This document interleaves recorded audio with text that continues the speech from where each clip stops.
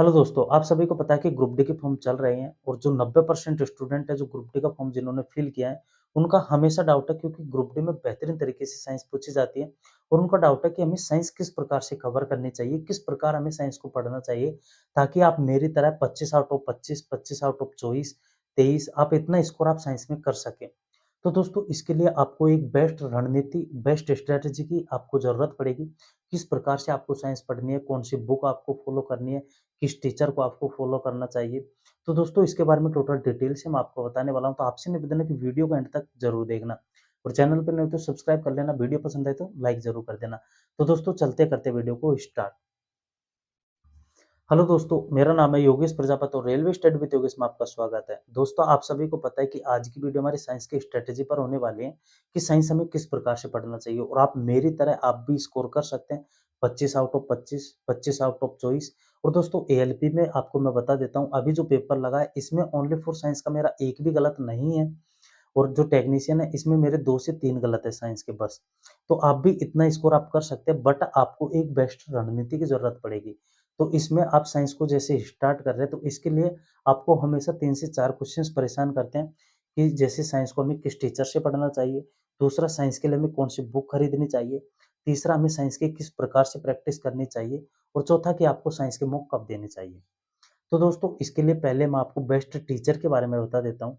तो दोस्तों साइंस को आप पहले जैसे कोई भी टॉपिक आपने ले लिया तो उसको पहले यूट्यूब पे सर्च कीजिए, आपको बहुत सारे टीचर्स आपको मिलेंगे। तो आप उस टॉपिक को फिर टीचरों पे देखिए कि कौन-सा टीचर आपको अच्छे तरीके से समझा पा रहा है। आप उसी टीचर की पढ़िए।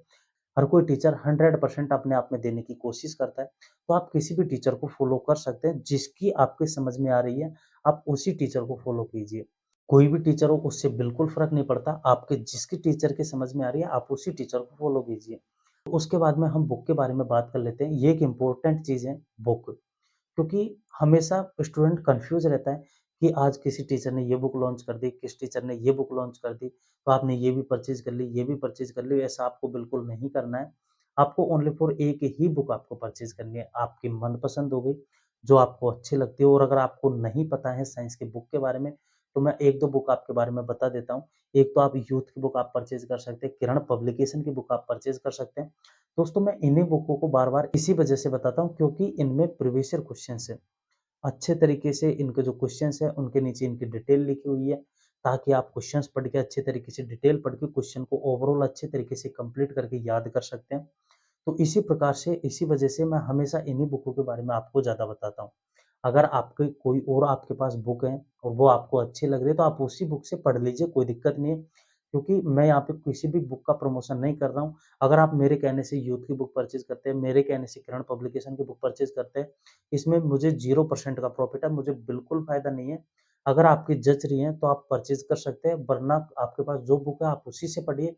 मैं हमेशा बोलता हूँ किसी के कहने में बिल्कुल मत लगिए, आप जो बता रहे हो उस चीज़ पे ध्यान दीजिए।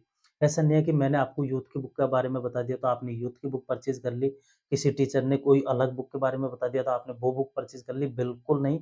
जो आपके पास बुक है या तो आप उसी को पढ़ लीजिए या फिर अगर आपके पास बुक नहीं है तो आप इन बुकों में से परचेज़ कर लीजिए।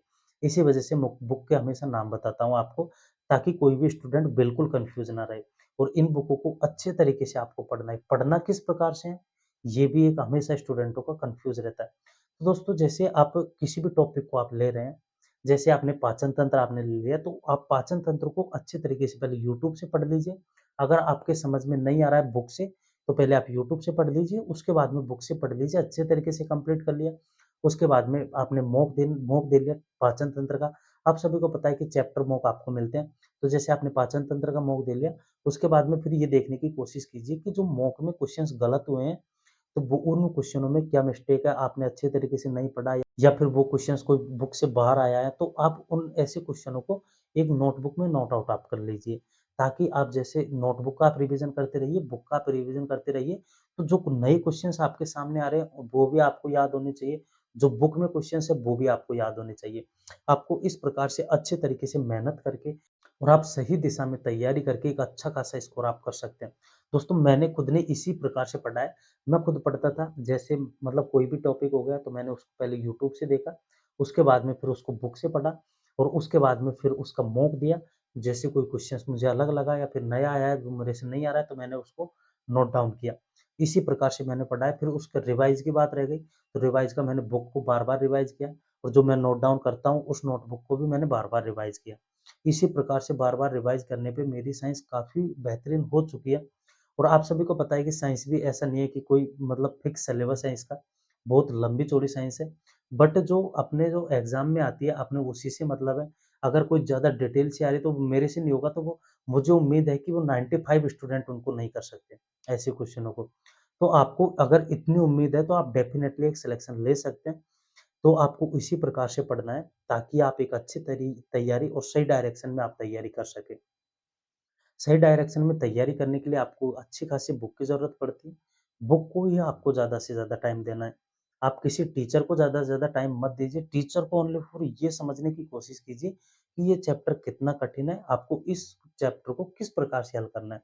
इतना आप टीचर से पढ़ लें, उसके बाद में आपको ज़्यादा से ज़्यादा प्रैक्टिस आपको बुक पर ही करनी है। क्योंकि बुक अगर आप अच्छे तरीके से पढ़ लेते हैं 10 बार, 15 बार, 20 बार, तो एक ओवरऑल आप अच्छे तरीके से अपनी प्रिपरेशन को आगे बढ़ा सकते हैं। तो दोस्तों उम्मीद करता हूँ आपको वीडियो पसंद आया होगा। वीडियो पसंद आए तो लाइक कीजिए, चैनल पर नए तो सब्सक्राइब कीजिए। मिलते हैं नेक्स्ट वीडियो में किसी न किसी टॉपिक पर। इतने के लिए बाय बाय, टेक केयर, जय हिंद।